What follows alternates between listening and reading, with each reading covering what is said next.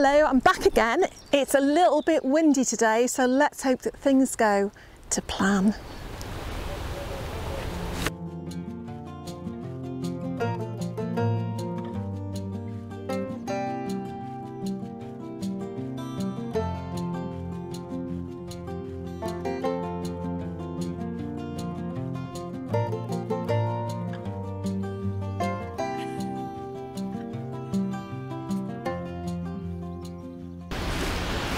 Okay, well, one of my immediate issues today is I got two new tripods for my birthday a couple of weeks ago, which I might have mentioned last week.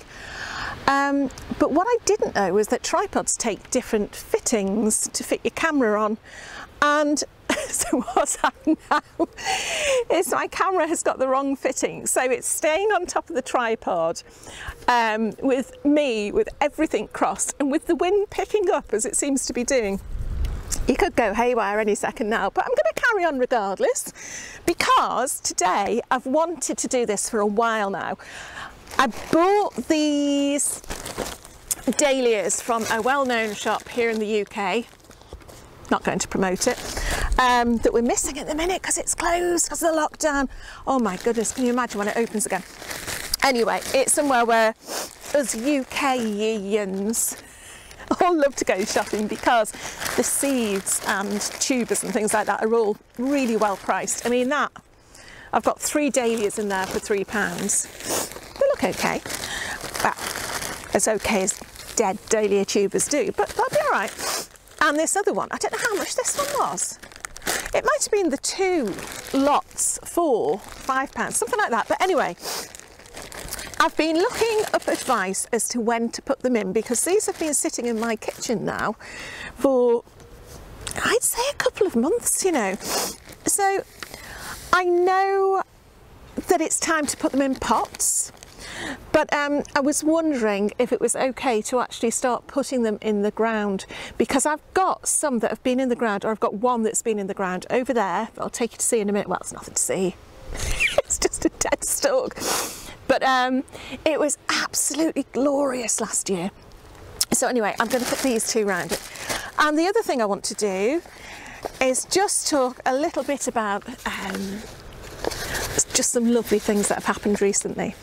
And the result of which has been some fantastic seed bombs. I'm not quite sure where I'm going to put these yet, but I'll come back to them later on. And also, somebody asked me the other day what varieties of beans I was growing.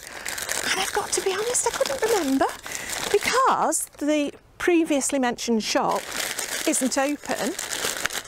I had actually, what's that doing on that? I had ordered some beans online, but I expected to be able to go and top up like with my normal things from, but it's closed. So I gathered together all the beans that I've got and that I've saved, and actually I've got quite a few. So I'll sit down and go through them with you again later on. But yeah, let's have a little look round and we'll go and sort out the dahlias. Now, I'm not sure how much of this you're going to be able to see because I've got the sun in my eyes, but if you remember, it's only a week ago that I was so excited about seeing that first little nub of an asparagus. And just in this last week, it has gone, well, I'm saying it's gone crazy. It's its first year, so we've got to, you know, not expect too much, but I don't know if you can see, I can see from here, a whole row of them coming up. A little bit bent. A little bit weedy at the minute, but my goodness me, I'm so excited about those. And the other little fella who's decided to pop its head above the ground is my first broad bean. So I'm really going to have to make sure now. I mean, that, you imagine you're a pigeon, that looks like a tasty treat, doesn't it? So now is the time. I've got to be really vigilant. Get it covered before I go home tonight. I was going to do it last week, but I didn't think they'd be up so quick, to be honest. But yeah, try and protect them from those pesky pigeons by putting a little bit of netting over the top. This patch was a bit of a mystery last week because I couldn't remember what we had, where's my finger, there we go, what we'd grown in this plot. But again, just in the last few days, these white sticks, which I knew had been important, so I knew they'd come off the previous year, if we look at the bottom of them, it is the undeniable, beautiful foliage. Oh heavens, I've got my hand right in the way. Of fennel. And I do remember this bed was, I'm going to use the word billowing, because it was billowing, with fennel about 4 foot, 5 foot tall. And not only were the flowers beautiful, they attracted the bees, the smell was fantastic. And yeah, it was quite an unexpected purchase as well, because we thought it was Florence fennel, which we've never had much luck with. But much as I was a little bit disappointed when I found out it was the standard sort, it really gave so much pleasure last year. So I might lift it. I'm not quite sure where to move it to. Or I might just let it stay here and do its own thing. What do you think?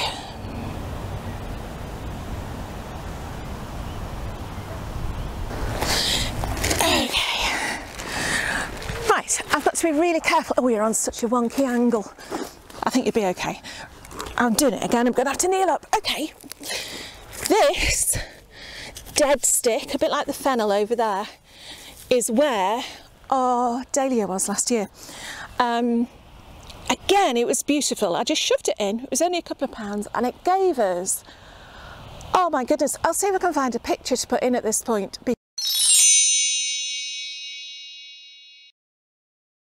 Because it flowered and flowered and flowered. Once it got going, it sort of smothered, if you like, the black currants either side. One of them's black currant, one of them's red currant. I don't know which is which, but we'll soon find out when the berries come. Currants, berries, you know what I mean. Yeah, so that really filled this gap. And so once we'd cropped these, which weren't very many because it was their first year, this just came up and filled the space. So, you know, we talk about catch cropping being useful, but if I say that I actually cropped the dahlias and then I kept picking them, then they were a crop. So this has been in, oh wow, oh wow, this has been in all winter long. And actually, I'm going to have to be really careful now. As I don't know, can you see that from here? As I am uncovering that, actually, you know what, I am going to have to put something over it. Because that, I can feel there. You can just see me poking around in soil. That is a solid tube. Oh, okay, I'm coming to get you, don't worry, I'm coming. Okay, so going all the way back to the Royal Horticultural Society. It's very, very amateur production. You can't get the staff. I've had a word with the tripod. You're now sitting on a chair. You're still wonky. Anyway, yes, and it said, although we should really be putting our dahlias in pots, topping them up with soil, and then as the shoots begin to show, which is why I'm a little bit worried about that one in front of me,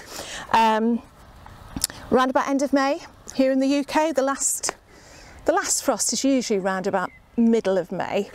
Then you can pop the whole thing out. But what it also says, and I don't quite understand this, I might be completely wrong, but I double checked. It said if you want to, you can actually plant the dahlias right in the soil, sort of mid to late April, because then by the time the shoots start to come up, I suppose if they're in pots they're more forced, so the shoots come up quicker. By the time the shoots have come up, your chance of the frost is gone. So theoretically, if I put in now Bishop of Llandaff, he should be, if I put him in deep enough, keep an eye on him, make sure to see if any shoots come up, that I cover them up like I've done with that one in front. I don't know if you can see it or not now, but maybe even just stick a pot over the top to protect it from the worst of the frost. Yeah, and then it should be able to get a good head start. So if I just show you the tubers as they come, honestly, this could be dead. Like I say, it's been sitting in my kitchen for a couple of months. But it says on the packet, 2, okay, 2 specially selected flower bulbs. They're not bulbs. A stunning variety that has deep red flowers and dark striking foliage. And this grows to, planting time April to May, yeah. 2.5 centimetres deep. Right, okay.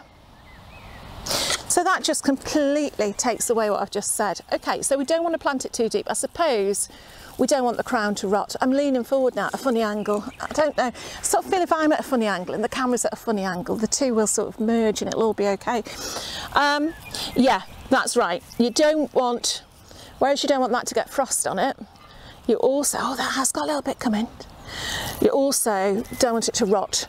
So yeah, don't plant it too deep. This is supposed to have 2 bulbs in. I mean, they're very unassuming little things, aren't they? And you know what? It has. It's got 2 bulbs in. You can see the crown. You can tell the difference of the crown. Well, all these just look a bit not very nice. These heavy bits, but that's where all the food has been stored the previous year. And this bit is the crown, and all your new growth will be coming from there. That's the old stem. So yeah, don't want to bury them too deep, so just ignore everything I said at first.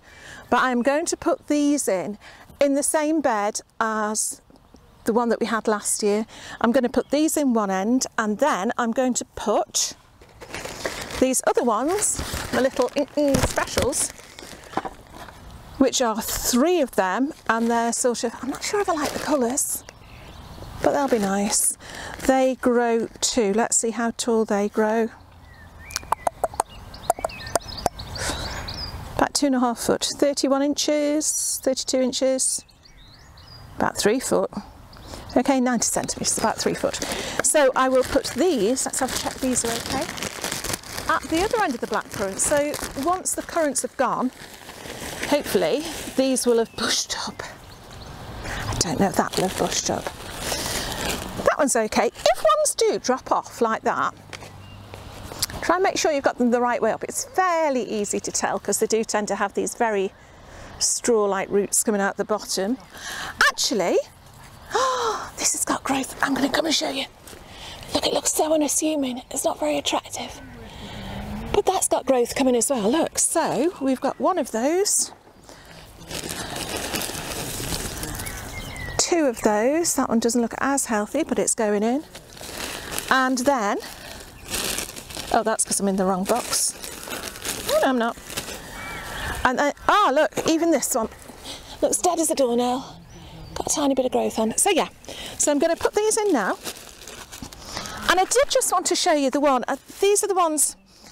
When I did, when I planted this one in the ground, I also planted some in pots because I didn't know where to put them, to be honest. So just to get them started, I put them in pots, and they stayed in there. It doesn't say what this one is. Very, very vague. It does say dahlia something. Okay, useful. But the other day I thought these were just dead pots. I don't know if you remember, I was clearing out all the pots on the slabbed bit, and I just thought, oh, it's soil. I was going to empty the compost out. But actually, when you feel in there, you can feel the tubers. They're okay. Okay, so they're all right from last year. So they're doing their thing. They will have been replenishing themselves over the winter. And again, I've just got to keep an eye on them. They're already, I've got about 5 of those. When they start to show the shoots, sorry, Mike's talking over there. How dare he? When they start to show shoots, then again, I'll look after them in the same way as I talked about here. And I think I'll plant them out again, because the ones in the pots, they grew, didn't grow great, but you know, compared to the one in the ground, it was just absolutely glorious. So yes, I'm going to shut up now and put these in.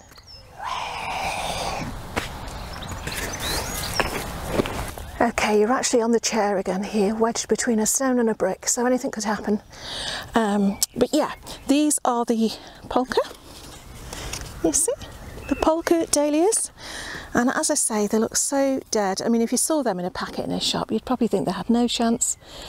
But after I've finished with them, maybe they won't. But I'm going to put a group of them here. It's full sun. It, as I say, it won't interfere with the currants because they'll be done.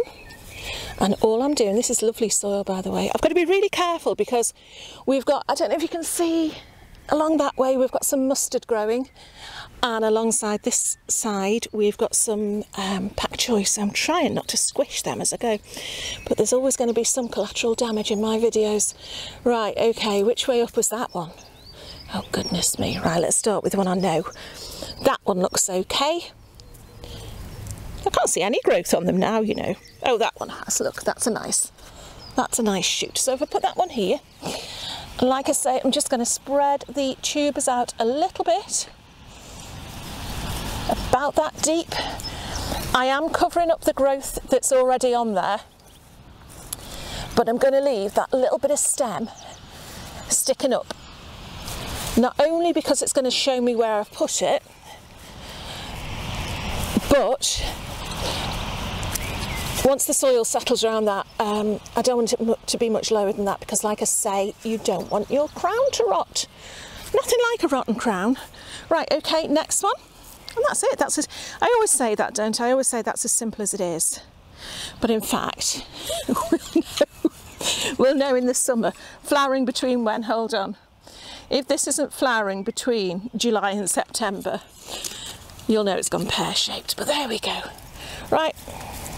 Spread them out if we can. I'm going to make that nice big shell. Oh, that might have been a patch or on AWOL. Right, okay. Spread them out. That's okay. Cover them up. Spread them out. Cover them up. These should be much, much further apart.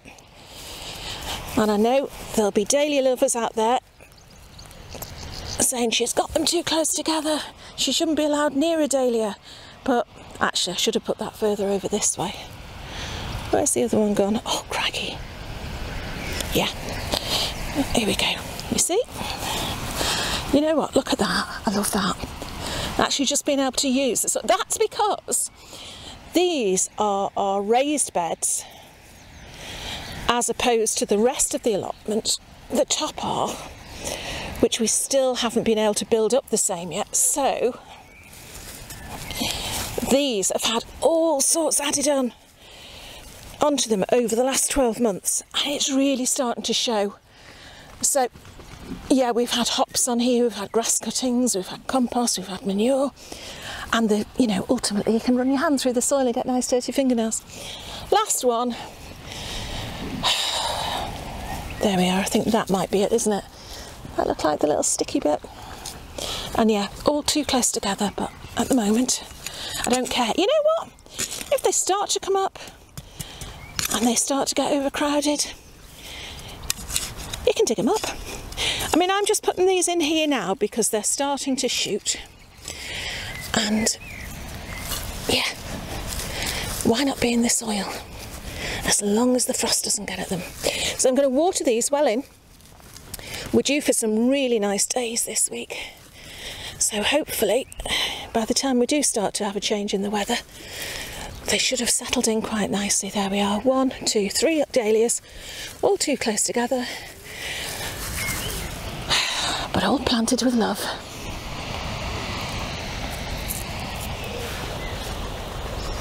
I think it's going to be a good year for the russets this year. Look at that blossom.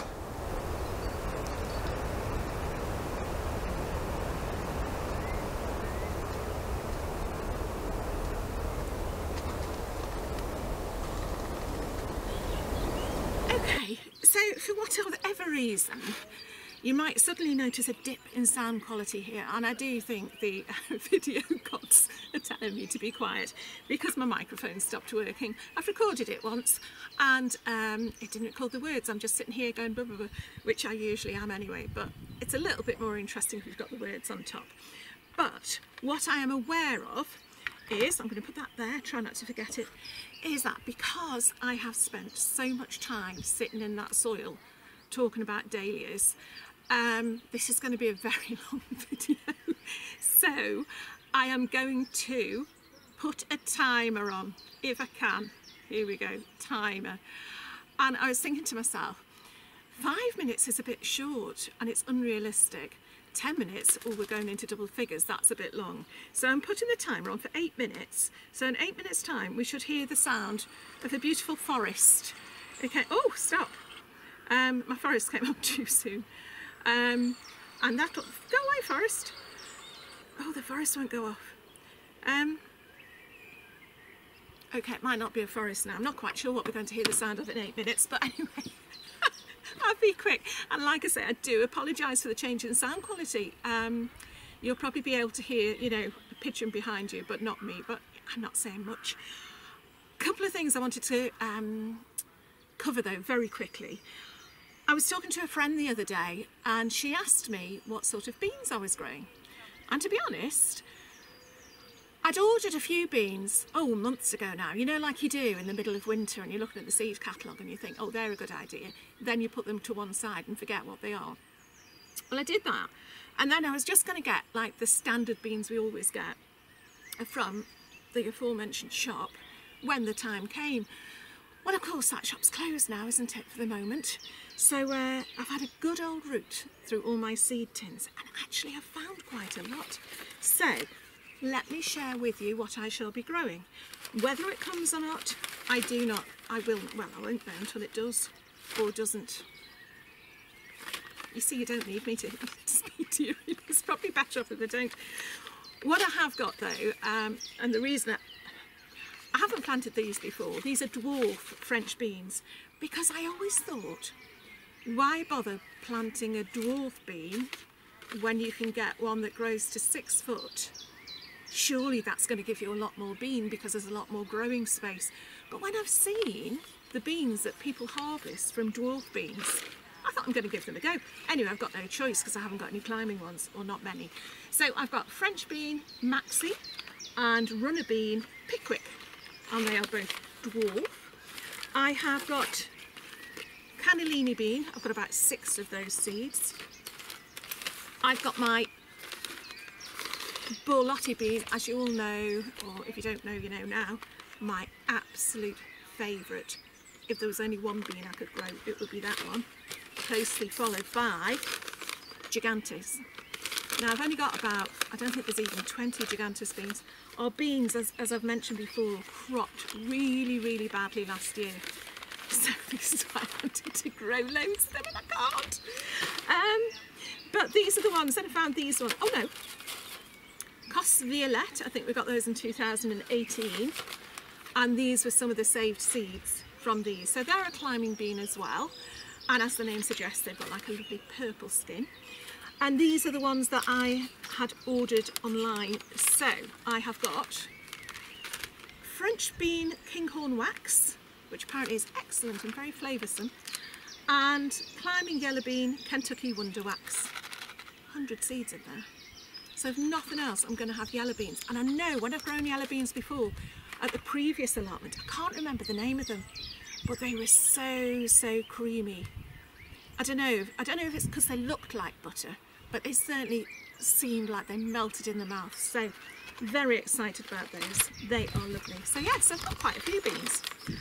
Peas, I think we've got 2 rows of Hurst green shafting, not a lot. I've got my train driver mountain range pea that is yet to be sown, but I'll do more on that next time. And I know I have a delivery of peas, wending, coming over the Irish Sea as we speak from the lovely Geri at So Enchanted. But we've got a problem with the post. Our postman's disappeared. Actually no, he hasn't disappeared. We did see him this morning, but he took a wide berth around our house. I don't know what we've done, but anyway, we're not getting any post, which in one way is quite nice because we're not getting bills or those silly things people put through, but it does make you wonder. Right, okay, beans done. It's getting quite dark. Can you guess the time? I'll tell you the time at the end.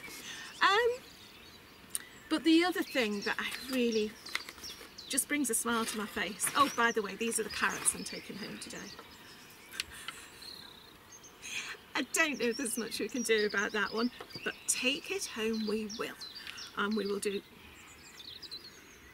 If only That's Life was still on. If you don't know about That's Life, go off and Google it. I mean, really. Is there any need? I don't know. Anyway, yeah, they're coming home. Yeah. These are things that I've received, and as I say, it really brought a lovely warm feeling and a smile to my face. A couple of months ago, I received these off Geri, completely unexpected, and these are sunflowers. But they're not just any old sunflowers, they are seed bomb sunflowers. And these, I think there's probably one seed in each one. There might be more. You might be able to correct me there, Geri, if you're watching. In like, this is like, where is the? There goes one. It's planted itself. Right, okay. These, there might be one, there might be more than one in each clay ball. But you've got your sunflowers there. So that was from Geri. Again, completely unexpected, beautiful. And then for my birthday a couple of weeks ago now, crikey, that much older already, a dear, dear, dear old friend got me these ones. And these again, these are called bee bombs. And each one of these contains, or rather the pack contains a mix of 18 different seeds to attract wildlife. So they're all like this. They look like little corks. And I suppose the idea is you can either throw them into the soil and see what happens. I would always recommend you prepare the soil first and water them. You know, they're not that easy to grow. Plant one in a pot. And what's beautiful about these, and I think about anything that someone gives you, is when it starts to come up, it reminds you of them. It reminds you of their friendship. And with things like sunflowers and like wildlife, like the wildflowers, they keep on giving. You know, they don't just provide a beautiful flower, they give you the entertainment of watching the wildlife, you know, enjoying them. So the bees and the butterflies and the birds, sunflower heads and birds, absolutely beautiful. I don't know about you, but I know a lot of people dry out the sunflowers and actually use the seeds for themselves. But I tend to always have a couple of sunflower heads hung upside down in the back garden, and the birds absolutely love them. So yeah, sort of things like that really, really mean a lot. I'm keeping an eye all the time. And I think now, and I don't want to go into it too much, and I know I'm a right old bore, I'm always talking about appreciating what we have, but I think we're in such a peculiar time at the moment, and we're all saying, you know, for a lot of us, we're being given more time. If we're lucky, I know so many of you rushing around like headless chickens, doing your best for everybody. But for those of us who have got a little bit more time than we normally had, make the most of it. You know, appreciate what we've got, look around, you know, think about your friends, appreciate your friendships. You know, sometimes, oh, the forest has come on. I don't know how to turn it off. There we go. Oh, I still don't know how to turn it off. It's still on. Sounds like the ice cream man. No, I've just got monkeys now. I think they're monkeys. I might just... I'm just turning the volume down. I can't turn the volume down. Under the shrug, there we go. Yeah, appreciate what you've got, because, you know, one day you might wake up and it might have gone. You know, I'm going to leave that there.